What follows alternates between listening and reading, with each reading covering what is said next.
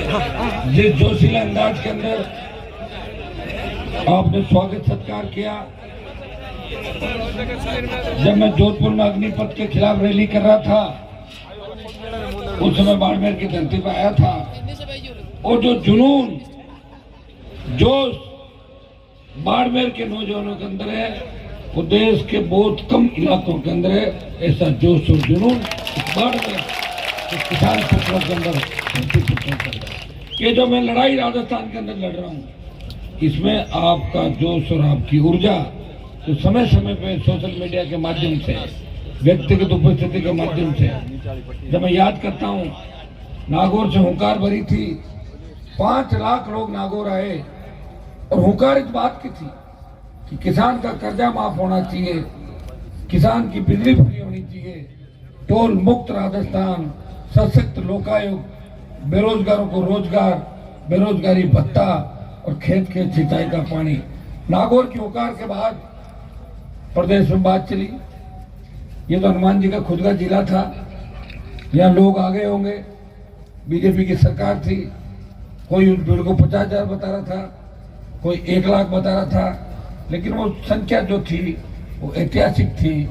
और second rally मुझे बाड़मेर करनी थी, नागौर के उस सभा स्थल से, इसमें सम्मानित लोग वहां बैठे थे, वहां से मैंने आह्वान किया, मुझे भरोसा था बाड़मेर के जवान किसानों पे कि दूसरी रैली बाड़मेर में उस तारीख को मैं करूंगा। मैं बाड़मेर आया, बाड़मेर के गांव गांव ढाणी ढाणी मैं गया। आप में से कई तो 1st सेकेंडरी में आ गए, उनको 6ठी 7वीं में पढ़ते होंगे बच्चे, कई मुझे पकड़ के बच्चे फोटो दिखा रहे हैं कि भाई साहब देखो देखो मैं 6ठी में था ना, जबकि मेरी फोटो 7वीं में था।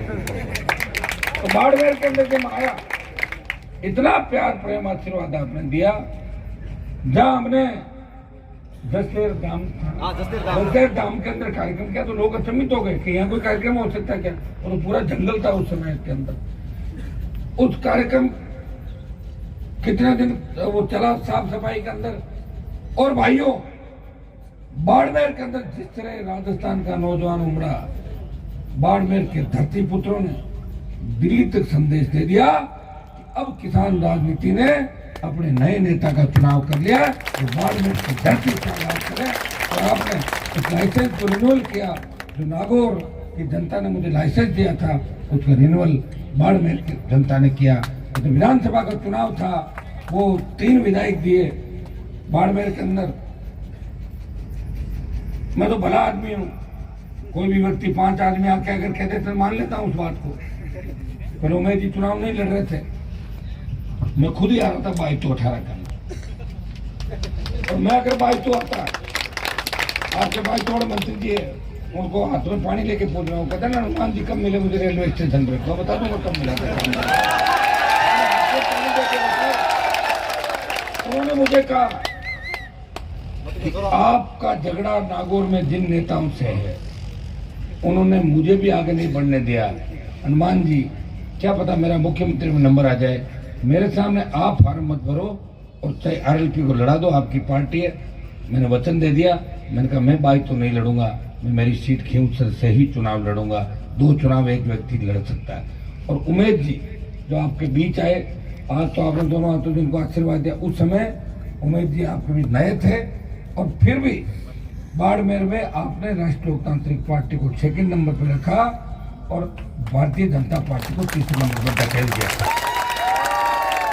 बुरा मलानी की सीट, अब वो माने कि नहीं माने, वो तुमको नेताजी को पूछो, गुड़ा मारने वालों को, कि क्या स्थिति हो गई थी जब फार्म भरा नहीं उठा, हनुमान जी आ रहे हैं, अरे नहीं आने चाहिए, मर जाएंगे, ये कर जाएंगे, वो बातें उस समय थी। और मैंने ऐसे 1-2 जगह नहीं, इस प्रदेश के अंदर 25, 30, 40 जगह मदद करी भाइयों। आज जो बड़े बड़े लोग घूम रहे हैं ना कि चार्टर के अंदर अशोक गहलोत के साथ बैठता है, कोई बीजेपी का बड़ा नेता है, कोई प्रदेश से 7 चुनाव हारे हुए आ गए मेरे पास कि आत्महत्या कर लेंगे अगर इस बार हार गए तो। मुझे क्या करना है? क्या मैंने पार्टी तुम्हारे लिए बनाई क्या? नहीं, आप तो अपना जो कैंडिडेट है उसका फार्म उठवा लो। मैं फार्म उठा लूँ, मेरी पार्टी का क्या करूँगा? मैं पार्टी को ज्वाइन कर लेता। आप हमारी इज्जत रख दो, मर जाएंगे। संघर्ष के केवल साथी थे, कर दी मदद। 10-12 बीजेपी में कर दी, 20-25 कांग्रेस में कर दी, और मेरी पार्टी 3 पे ही रहेगी राजस्थान में। अगर 200 जगह लड़ता, 20 लाख वोट आता, और 20 लाख वोट आता, लोग तो भूल जाते हैं, लोगों को याद रहता है क्या? जिन लोगों ने शोषण किया, अंग्रेजों ने राज किया, उनके साथ सेल्फी ले रहे कि नहीं ले रहे हैं? अंग्रेजों के साथ मोदी को भोजन करते हुए देखा नहीं देखा? राहुल गांधी तो बार बार इटली जाता कि नहीं बताओ, सोनिया गांधी कहाँ की रहने वाली है? भूल जाते हैं, लोगों को याद नहीं था परसों क्या हुआ था, कल क्या हुआ था। याद तो मैं ही रख रहा हूँ, इसलिए मंत्री पदों के बिना राजस्थान में 20 साल से घूम रहा हूँ। मैं चाहता हूँ कि किसान के बेटों के हाथ में सत्ता आए, सत्ता की चाबी आए, और किसान का बेटा मुख्यमंत्री बने।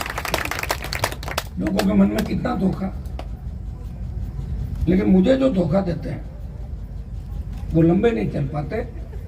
5 साल लास्ट, अगला 6 साल नहीं आता। आप देख लेना इस 18-23 के चुनाव के अंदर जो जोर जोर से भौंक रहे हैं, आज जो घटनाएं उन्होंने कराई मेरे साथ, भाइयों मैं ऐसा व्यक्ति नहीं हूँ, और मेरे पास जो जवानों की ताकत है उससे आप अंदाज लगा सकते हो। हनुमान बेनीवाल राजस्थान के अंदर एक बार चाले वो ठप कर दे राजस्थान को, लेकिन कभी मैंने ऐसा काम नहीं किया जिससे लॉ एंड ऑर्डर बिगड़े और मेरे भाइयों को गलत रास्ते पर लेके जाओ। आपने देखा बाड़मेर में कई आंदोलन किए, आप बड़े जोश से कहते हो घुस जाओ कलेक्ट्रेट में, तोड़ दो बैरिकेड, अंदर चले जाओ। मैं कहता हूँ नहीं, रुक जाओ, अपना भी काम हो रहा है।